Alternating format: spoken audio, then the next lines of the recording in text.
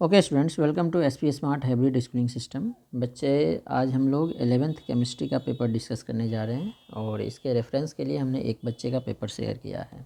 ठीक है, तो जो आपका ये पेपर है इसमें टोटल 4 सेक्शन हैं। Section A, section B, section C and section D.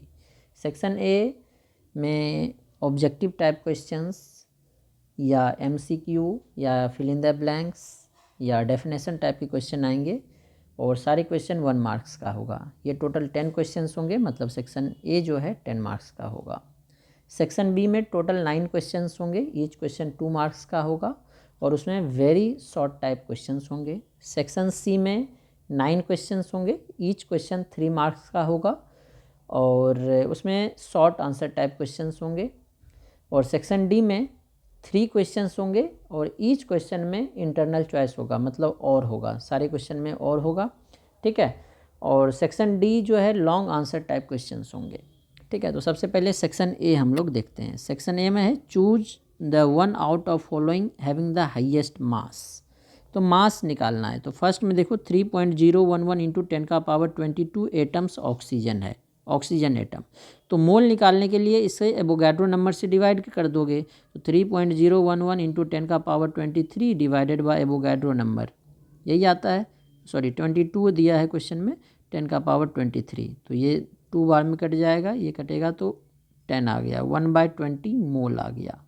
तो ऑक्सीजन एटम है तो 1/20 ऑक्सीजन का एटॉमिक मास होता है 16। तो 1/20 इंटू 16 हो गया, तो 2 10 जा 2 8 जा, मतलब 0.8 ग्राम ये आ गया।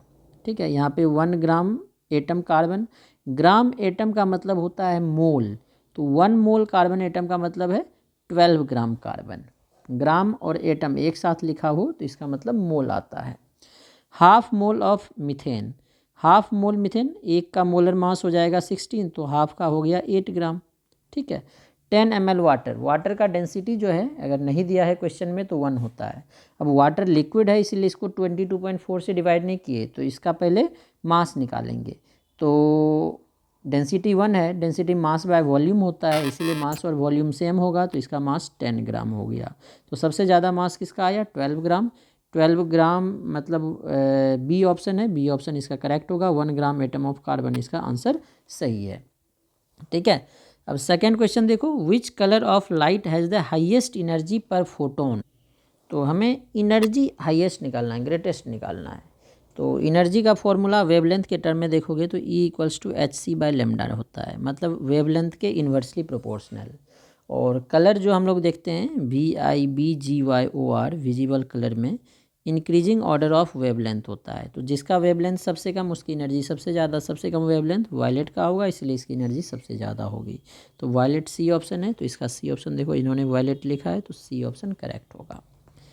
क्वेश्चन नंबर 3 है, the enthalpy of the elements in their standard state are taken as 0। Standard state में 0 होता है। The enthalpy of formation of a compound is, energy of formation क्या हो सकता है? तो इंथैल्पी ऑफ फॉर्मेशन निगेटिव और पॉजिटिव दोनों हो सकता है, तो ये डिपेंड करेगा क्या बना रहे हैं हम लोग। तो इंथैल्पी ऑफ फॉर्मेशन और हमारा रिएक्शन कौन सा है, एक्जोथर्मिक है या एंडोथर्मिक? एक्जोथर्मिक का मतलब है इंथैल्पी ऑफ फॉर्मेशन नेगेटिव होगा, एंडोथर्मिक में पॉजिटिव होगा। तो मे भी पॉजिटिव और नेगेटिव बी ऑप्शन है, तो बी ऑप्शन इन्होंने भी लगाया, सही है। क्वेश्चन नंबर 4 है, Bohr model of atom explain the spectrum of hydrogen atom. B option इसने भी लगाया, सही है। फिफ्थ क्वेश्चन है, suppose 1 kilo of heat is transferred to 2 mole argon, argon दिया है, टेम्परेचर 298 और 1 atm। What will be final temperature if the heat transfer at constant pressure. Pressure constant है, नंबर ऑफ मोल्स दिया है 2 मोल। ठीक है, और कितना हीट ट्रांसफ़र है? 1 किलो जूल। 1 किलो जूल मतलब अगर ऐसा यूनिट में लेंगे तो 1000 जूल आएगा। अब इसमें कांस्टेंट प्रेशर है, इसका मतलब जो ये डेल्टा एच दिया हुआ है वो हमारे पास 1000 किलो जूल है। नंबर ऑफ मोल्स एन की वैल्यू 2 है, टेम्परेचर इनिशियल 298 केल्विन हो गया, प्रेशर कांस्टेंट है। तो हम लोग फॉर्मूला पढ़े हैं, डेल्टा एच = होता है NCP डेल्टा टी। ठीक है, तो यहाँ से डेल्टा टी हम लोग निकाल सकते हैं, डेल्टा एच अपॉन NCP। तो डेल्टा एच की वैल्यू हमने देखा 1000 हो गया, एन नंबर ऑफ मोल्स 2 है और Cp की वैल्यू होगी अब ये ऑर्गन है, ऑर्गन मोनो एटॉमिक गैस है, मोनो एटॉमिक गैस के लिए Cb 3/2R होता है। तो Cp होगा 3/2R प्लस R मतलब 5/2R, तो ये आ जाएगा 5/2 इंटू R।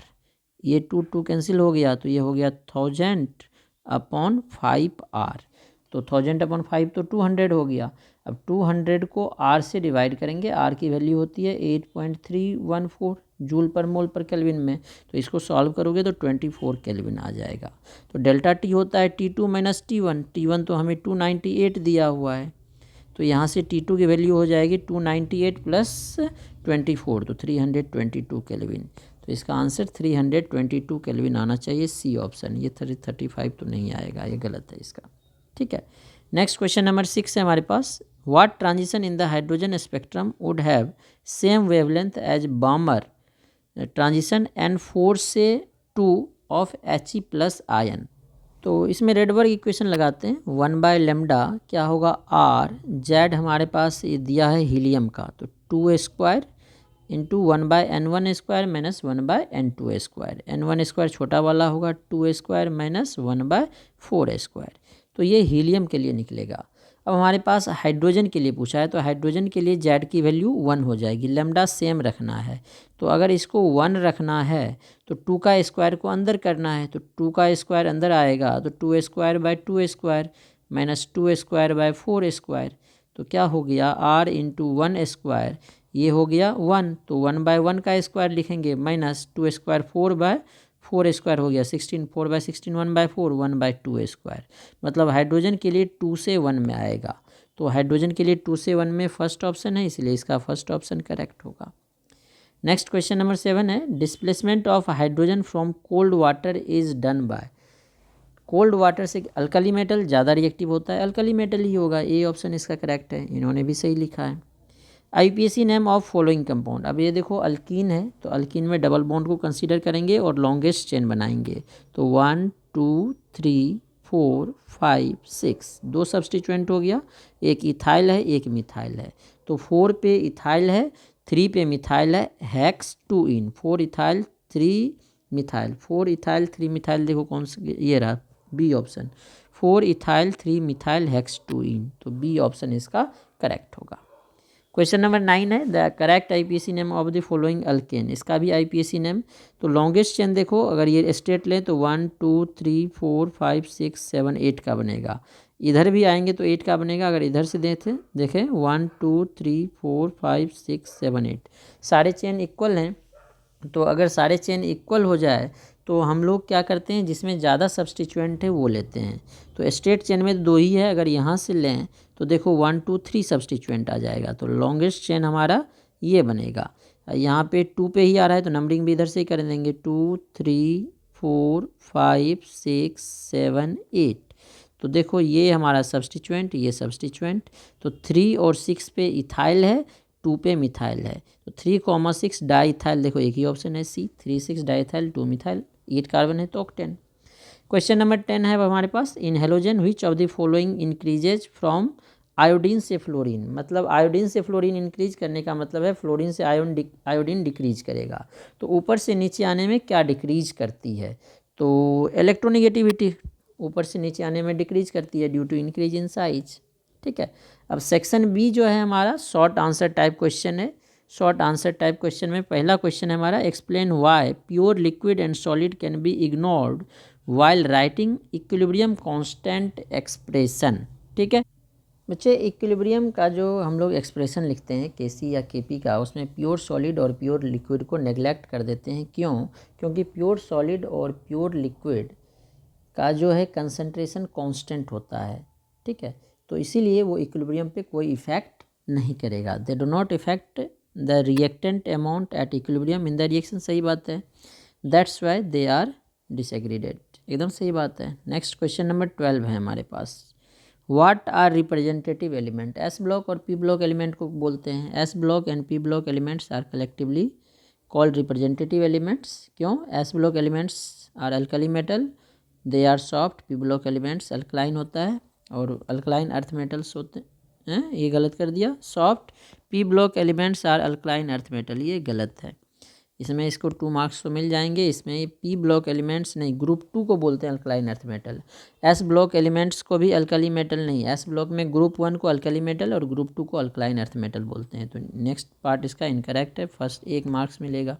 ठीक है, अगर ये नहीं लिखता तो इसके 2 मार्क्स मिल सकते थे, क्योंकि एस और पी ब्लॉक को ही हम लोग क्या बोलते हैं, रिप्रेजेंटेटिव एलिमेंट्स। ठीक है, क्योंकि वो पीरियोडिक टेबल के स्टार्टिंग और लास्ट में होता है। नेक्स्ट क्वेश्चन नंबर 13 है हमारे पास, calculate the number of molecules present in 44.8 centimetre cube, centimetre cube को ही ml बोलते हैं, of oxygen at 273 kelvin and 2 atmosphere pressure.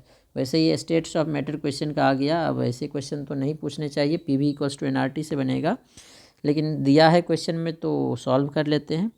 PV equals to NRT होता है, तो हमें क्या पूछा गया है, नंबर ऑफ मॉलिक्यूल्स। तो नंबर ऑफ मॉलिक्यूल्स निकालने के लिए पहले मोल निकालेंगे। तो देखो मोल निकाला PV/RT, तो प्रेशर दिया है, वॉल्यूम दिया है ml में, R और T, ये सारे वैल्यू पुट करेंगे हम लोग।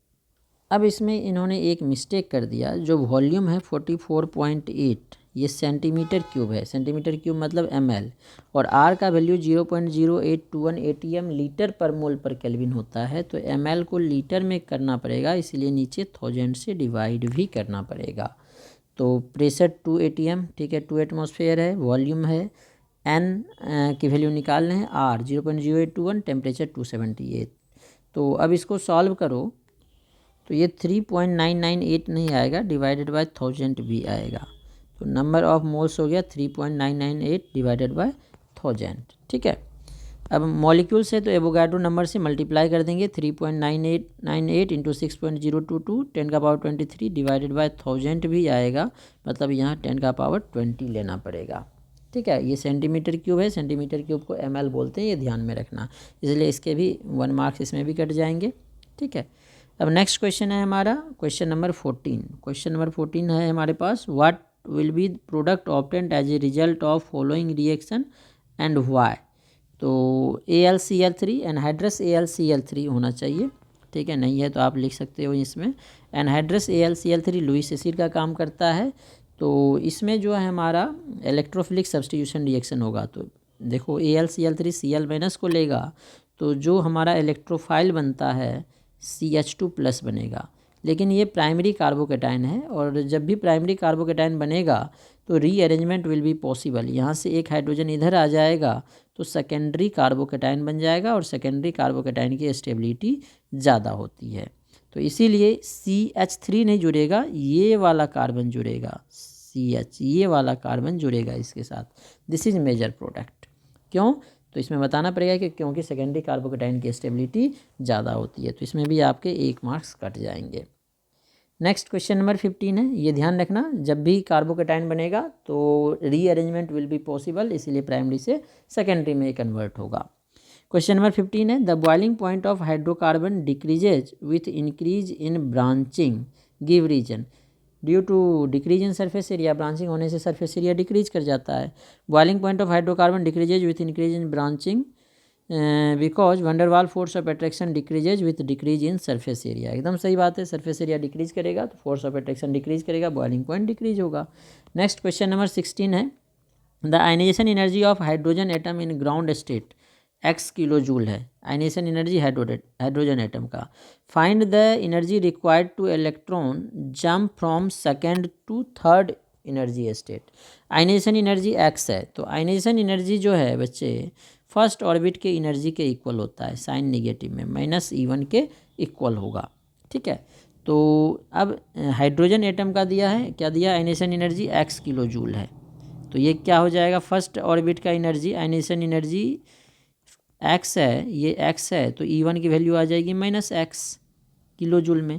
तो required to jump second to third orbit में, सेकेंड से थर्ड ऑर्बिट में हमें जंप करना है। हाइड्रोजन एटम है, तो बच्चे हाइड्रोजन एटम है तो आयनाइजेशन एनर्जी का फॉर्मूला से हमने E1 का फॉर्मूला निकाल लिया। E1 क्या होगा, E0 इंटू n²/z²। तो n²/z², n की वैल्यू 1 और इसकी वैल्यू 1, तो E1 की वैल्यू क्या आ जाएगी, E0 आ जाएगी। मतलब E1 की वैल्यू x है तो E0 की वैल्यू भी x आ जाएगी, -x ले लेते हैं, तो E0 आ गया। अब एनर्जी कितनी रिक्वायर्ड होगी बच्चे, हमें एनर्जी निकालना है कितनी रिक्वायर्ड होगी सेकेंड से थर्ड में। तो डेल्टा ई क्या होता है बच्चे, E3 माइनस E2। तो E3 का फॉर्मूला अब हम लोग देखेंगे। वैसे सारा कुछ तो सही है, हमने फॉर्मूला उल्टा लिख दिया, वैसे इसे कोई फ़र्क नहीं पड़ेगा। ये Z²/N² होता है। E1 की वैल्यू होगी E0 Z²/N² माइनस में, ठीक है। तो ये हमारे पास x किलो जूल है, तो ये माइनस x हो जाएगा E1 की वैल्यू। तो अब एनर्जी क्या होगा, माइनस E0 इंटू Z²/N²। तो Z² हाइड्रोजन है तो 1², N की वैल्यू 3 है तो 3A², माइनस माइनस प्लस हो जाएगा E2 E0 लिखेंगे, Z² 1 होगा अपॉन 2A²। अब E0 की वैल्यू माइनस x है तो माइनस माइनस प्लस x हो गया into 1/9 plus minus minus x हो गया 1/4। तो x कॉमन ले लो, 1/9 माइनस 1/4, ठीक है। तो आ जाएगा हमारे पास 9 4, x तो बाहर रहेगा, 9 4 का एलसीएम 36 हो जाएगा 1/9 माइनस, अच्छा ये हमने उल्टा कर दिया, ठीक है। देख लेते हैं एक बार।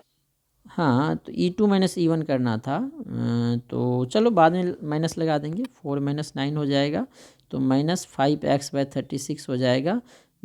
तो अगर निकालना चाहे तो क्या आ जाएगा, पॉजिटिव में रिक्वायर्ड है तो 5x/36। तो 5x/36 एकदम सही सॉल्व किया है।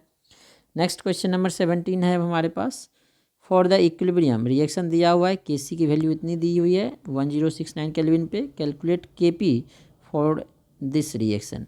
तो Kp और Kc में जो रिलेशन है उसका यूज करेंगे।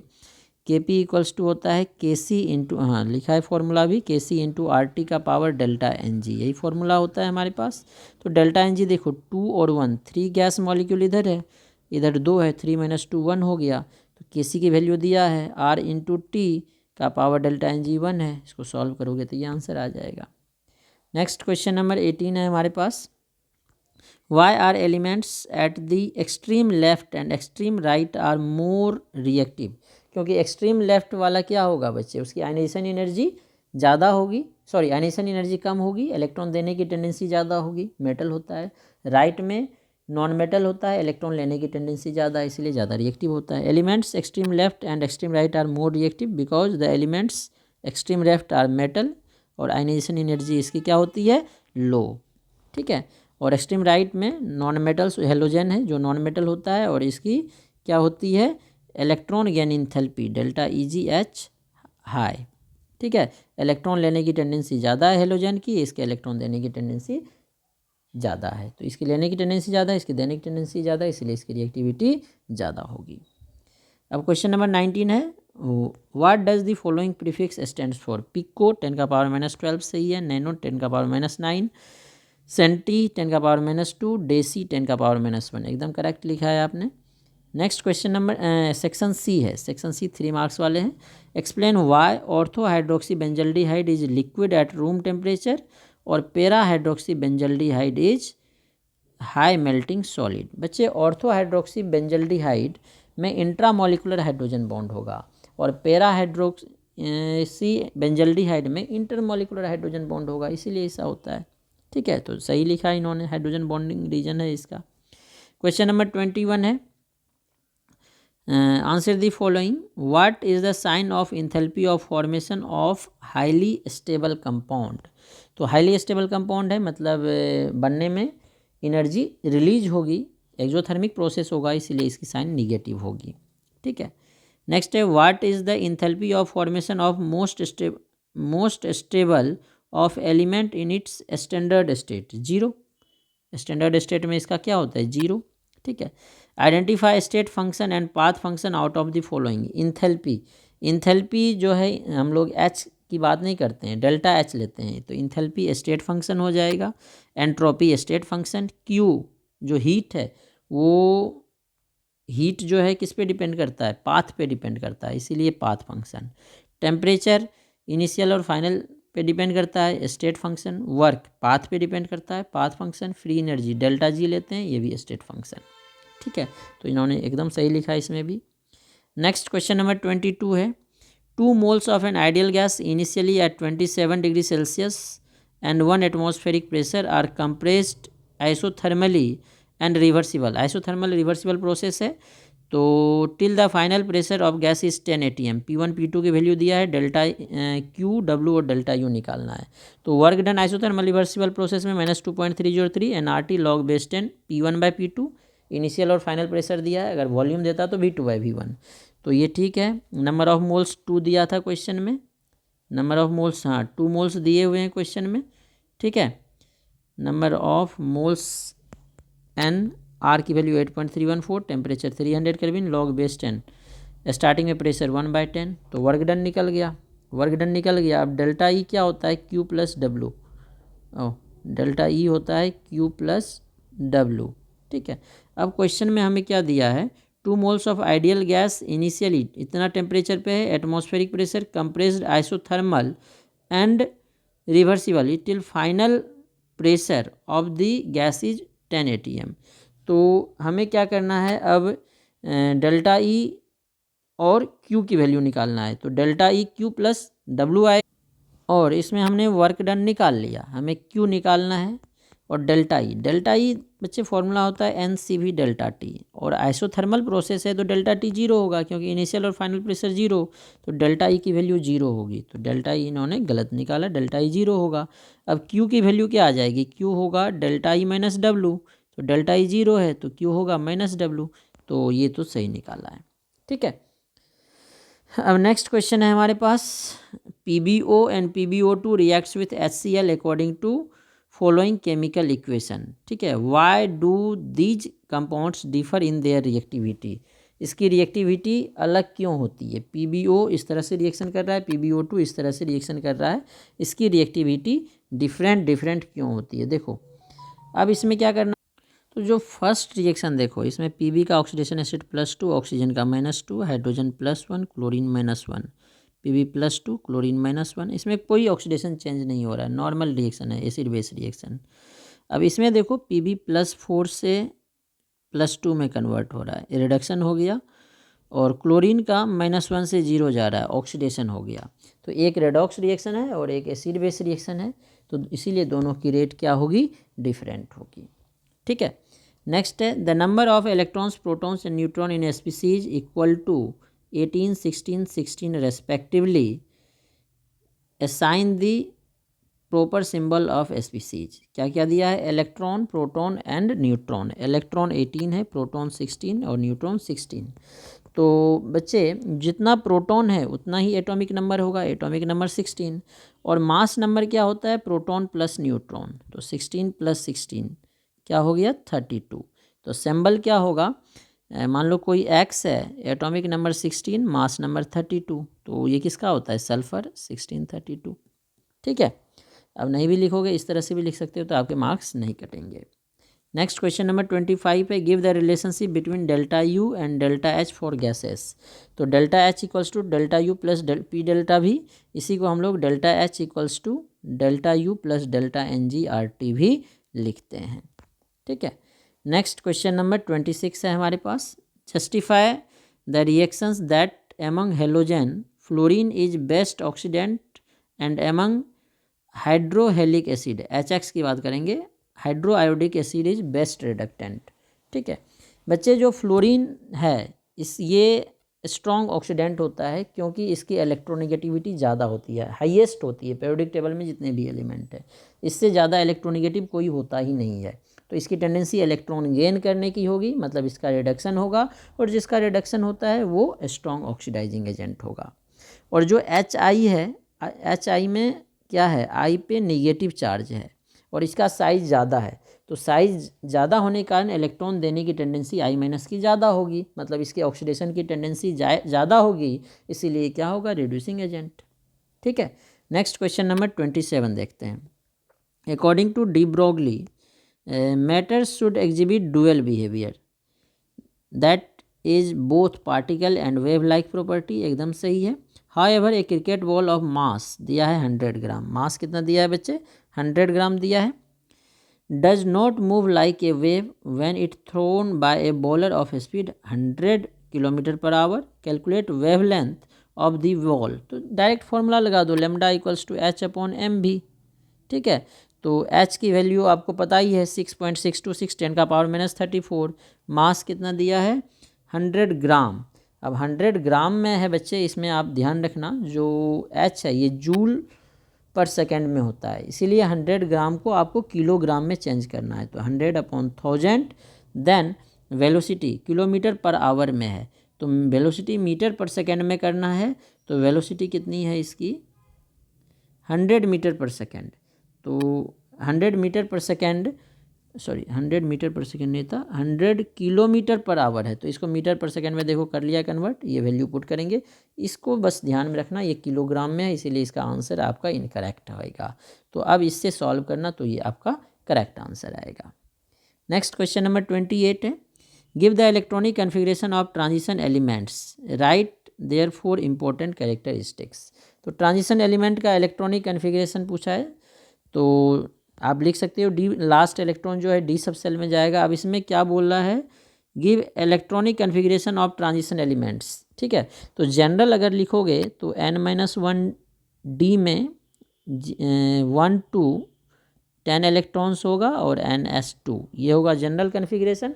अब इसमें एक दो एलिमेंट्स का कन्फिग्रेशन लिख दोगे। अब जनरल प्रॉपर्टीज़, इसमें सारे एलिमेंट्स मेटल होते हैं, इसकी मेल्टिंग पॉइंट बॉइलिंग पॉइंट ज़्यादा होती है, वेरिएबल ऑक्सीडेशन स्टेट, ये 3-4 प्रॉपर्टी आप लिख सकते हो। पैरामैग्नेटिक नेचर, एलॉय फॉर्मेशन की टेंडेंसी होती है। अब सेक्शन डी है, सेक्शन डी में हमारा जो है लॉन्ग आंसर टाइप क्वेश्चन है। उसमें पहला इन्होंने 29 अटैम्प्ट किया है, इसमें दिया है attempt in 5 of the following, इसमें से कोई 5 क्वेश्चन अटैम्प्ट करना है। तो पहला है name the simplest alkyne. Simplest alkyne, alkyne का जनरल फॉर्मूला ये होता है, सिंपल अल्काइन क्या होगा बच्चे, अल्काइन में एटलीस्ट एक ट्रिपल बॉन्ड तो होगा ही होगा, और ट्रिपल बॉन्ड मिनिमम 2 कार्बन के बीच होगा। तो एसिटिलीन जो है सबसे छोटा अल्काइन होगा, C2H2। सेकेंड है हमारे पास, explain the reason for the extraordinary stability of benzene in spite of the presence of 3 double bond. Aromaticity, benzene aromaticity के कारण क्या होता है, सबसे ज़्यादा स्टेबल होता है एरोमेटिक होने के कारण। Benzene is form by 6 carbon atoms, चलो ये सब ठीक है, अल्टरनेट होता है और ये एरोमेटिक होता है, एरोमेटिक होने के कारण इसकी स्टेबिलिटी सबसे ज़्यादा होती है। थर्ड देखो, explain why alkynes are less reactive than alkene towards Br2। Alkynes less reactive than alkene towards addition of bromine because alkenes and alkyne both undergo electrophilic addition because of pi electron density. They behave as electron rich species. ठीक है, दोनों करेगा, लेकिन alkyne की ज़्यादा होगी, क्योंकि बच्चे अल्कीन क्या होता है बच्चे, ट्राइगोनल प्लेनर स्ट्रक्चर होता है, उस पर अटैक करना ईजी होगा, और वो लीनियर स्ट्रक्चर होता है अल्काइन में। ठीक है, फोर्थ क्वेश्चन क्या है, how will you demonstrate that double bonds of benzene are somewhat different from olefins. ठीक है, ये क्या कर दिया, क्वेश्चन नंबर 4 में इन्होंने प्रिपरेशन कर दिया, प्रिपरेशन तो पूछा नहीं था, इन्होंने बताया था जो अल्कीन है उसमें जो डबल बॉन्ड होता है वो डिफरेंट होता है थोड़ा बेंजीन से, ऐसा क्यों होता है ये पूछा था इसमें। ठीक है, तो इन्होंने अलग कर दिया। इसमें क्या करना था, आपको ये बताना था, जो इस हमने इसका प्लेनर नेचर बताया था, इस तरह से इसको एक्सप्लेन करना था। सारे जो डबल बॉन्ड हैं वो एक प्लेन में होंगे, इस तरह से इसे एक्सप्लेन करना है इसको। ठीक है, नेक्स्ट क्वेश्चन है, suggest the route of preparation of nitrobenzene starting from acetylene. अच्छा, ये क्वेश्चन नंबर 5 किया है बच्चे, ऐसा मिस्टेक नहीं करना, आपने क्वेश्चन नंबर 5 किया है तो 5 नंबर लिखो, आप अपना सीरियल नंबर नहीं डाल सकते हो, जो क्वेश्चन का सीरियल नंबर है वही डालना है। तो एसिटिलीन का पॉलीमराइजेशन क्या, बेंजीन बनेगा, बेंजीन का नाइट्रेशन क्या, नाइट्रोबेंजीन, एकदम सही आंसर है। ठीक है, कन्वर्जन 2 स्टेप में होगा, इसमें चाहो तो आप स्टेप भी लिख सकते हो, this is step 1, this is step 2, ज़्यादा अच्छा रहेगा। ठीक है, नेक्स्ट क्वेश्चन इन्होंने जो भी किया हम देख लेते हैं। Methane does not react with chlorine in dark, why, ये क्वेश्चन नंबर 6 है, क्योंकि डार्क में बच्चे फ्री रेडिकल का सब्सटीट्यूशन प्रिपरेशन नहीं होगा और फ्री रेडिकल नहीं बनेगा तो सब्सटीट्यूशन रिएक्शन नहीं होगा। ठीक है, फ्री रेडिकल सनलाइट के प्रेजेंस में बनता है क्लोरीन का, इन्होंने भी सही लिखा है। नेक्स्ट क्वेश्चन नंबर 30 है, 30 में क्या है, क्वेश्चन नंबर 30 इन्होंने 23 लिखा है, दिस इज 30। ठीक है, a sample of PCl5 was introduced in a evacuated vessel at 473 Kelvin. After equilibrium was attained, concentration of PCl5 इतना है, वैल्यू ऑफ Kc दिया हुआ है what are the concentration of PCl3 and Cl2 at equilibrium. PCl3 और Cl2 का equilibrium पे concentration पूछा है। तो रिएक्शन हमें यही है PCl5 PCl3 plus Cl2। Equilibrium constant हमें PCl5 का, PCl3 का और Cl2 का सबका दिया हुआ। इक्विलिब्रियम कांस्टेंट हमें किसका दिया है? PCl5 का दिया है, सॉरी PCl5 का इक्विलिब्रियम कांस्टेंट दिया है, Cl3 और Cl2 का नहीं दिया है, तो x मान लो। अच्छा ये x लिखा है, इस दोनों को x मान लिया। तो Kc का वैल्यू हमें दिया है, पुट कर देंगे। ये x है, x इंटू एक्स, ये x माना है तो ये भी x है, x into x, x square upon PCl3 का जो वैल्यू दिया है ये वाला वैल्यू पुट कर देंगे। तो यहाँ से एक्स स्क्वायर की वैल्यू आ जाएगी, फिर x क्या हो जाएगा? इसका स्क्वायर रूट 0.02 मोलर। ठीक है। Next question number 3। Question number 3 में क्या बोला? 31 में क्या बोला गया है? IUPAC नेम लिखना है। तो देखो फर्स्ट क्वेश्चन इन्होंने कौन सा किया? नीचे वाला किया। ठीक है। तो इसमें क्या है, इन्होंने CH3 CH2 जो भी दिया है लिख दिया। अब इसमें देखो अल्कोहल है, अल्कोहल को हम लोग लिस्ट पोजीशन देंगे 1 2 3 4 5 6 7 8। ये जो है हमारा 6 हो गया। अब इन्होंने 3 मिथाइल लिखा है, एकदम गलत लिखा है। 6 मिथाइल ऑक्टेन 3 ओल आएगा। हम लोग सब्स्टिट्यूएंट को लिस्ट पोजीशन नहीं देंगे, फंक्शनल ग्रुप को देंगे। ठीक है। तो ये इसका इनकरेक्ट था, 6 मिथाइल होगा। सेकेंड क्वेश्चन देखो, अब ये भी कीटोन है, ये भी कीटोन है, राइट से लिस्ट पोजीशन आ रहा है तो सही है, राइट से नंबरिंग करेंगे 4 5 6। तो 6 है तो क्या लिखेंगे? हेक्सेन। अब आगे डाई आ रहा है तो हेक्सेन का ई रिटेन करेंगे, एक 2 पे एक 4 पे, 2,4 डाईओन। क्वेश्चन नंबर 3 में देखो कार्बोक्सिलिक एसिड है तो यहीं से नंबरिंग करेंगे 1 2 3 4 5 6। 5 पे क्या आ रहा है? कीटोन, तो 5 कीटो हेक्सेनोइक एसिड, एकदम सही है। अब इसमें देखो फोर्थ में 2 ट्रिपल बॉन्ड एक डबल बॉन्ड है, तो 1 2 3, इधर से 1 2 3 सेम आ रहा है, किसी भी साइड से नंबरिंग कर लो। तो हेक्स 3 पे आ गया इन, पहले डबल बॉन्ड लिखेंगे, और 1 और 5 पे आ गया आइन, तो 3 इन 1 5 डाइन। सही है, बस एक नोमेनक्लेचर आपका इनकरेक्ट था। तो इस तरह से हमने सारे क्वेश्चन को डिस्कस किया।